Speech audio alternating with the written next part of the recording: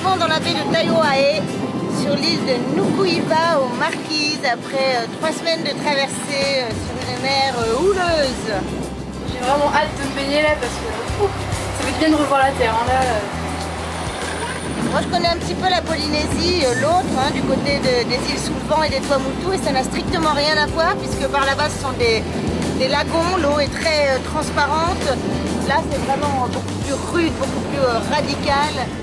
Escale aux Marquises, première terre du Pacifique en venant des Amériques. Sur le port, les autorités et la population locale. Les Marquisiens sont chaleureux mais isolés du monde. Les Marquises, c'est l'archipel le plus éloigné d'un continent. 6 îles, 8000 Français du bout du monde. Philippe, Géraldine et vos petits loups de mer, je vous dis Kauhanui. Alors au programme, 3 ans d'observation et de rencontres. Alors, pour l'arrivée de Géraldine Danon, Philippe Poupon et les enfants ont fait la fête, comme on l'a fait à une autre époque pour d'autres visiteurs, l'écrivain Herman Melville, le peintre Paul Gauguin, Jacques Brel ou Éric Tabarly. Aujourd'hui, c'est de vous remettre des régimes de bananes. Présente aussi toute l'équipe d'EDT, Électricité de Tahiti, aux Marquises, partenaire de l'expédition Fleur Australe. Merci pour cet accueil, ça nous va droit au cœur et on va découvrir votre île avec beaucoup de plaisir et beaucoup de respect. Merci. C'est un honneur pour moi en tant que maire de cette commune et bien sûr honneur aussi pour ma population d'accueillir ce grand navigateur. Bon, je sais qu'ils sont venus sensibiliser la population, le monde entier, à travers leurs itinéraires sur la montée des eaux, le changement climatique. Les changements climatiques et la protection du patrimoine sont des axes d'observation que s'est fixé l'expédition Fleur Australe. Les Marquisiens sont très impliqués sur ces 2 sujets. Le fait d'avoir des personnes qui vont partir dans le monde et qui viennent aux Marquises et ailleurs dans la Polynésie, c'est déjà de dire ils vont être nos ambassadeurs, ils vont pouvoir parler aussi.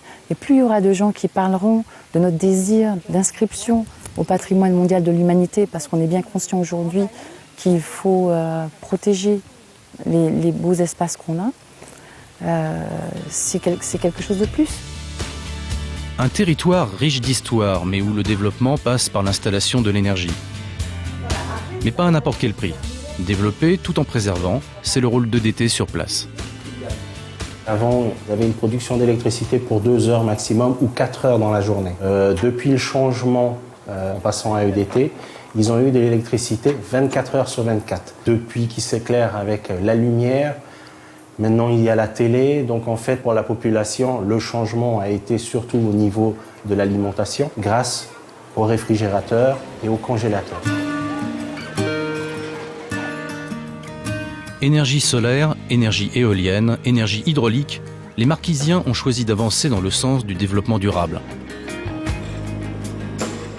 Le projet de la commune, et bien sûr avec EDT, c'est que la commune, dans l'avenir, produira au moins à 90, pourquoi pas à 100% de l'énergie renouvelable. Et là, actuellement, on a un projet aussi d'équiper la nouvelle école en panneaux photovoltaïques.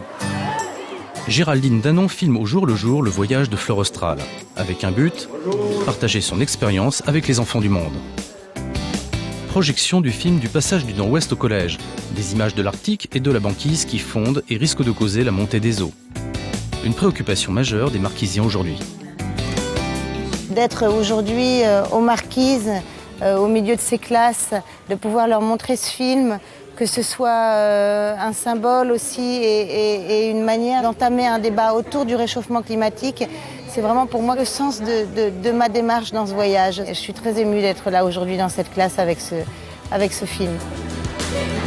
Demain, ce sera l'île Uapu, à la rencontre des tatoueurs traditionnels, et l'île de Ivaoa, l'île de Paul Gauguin.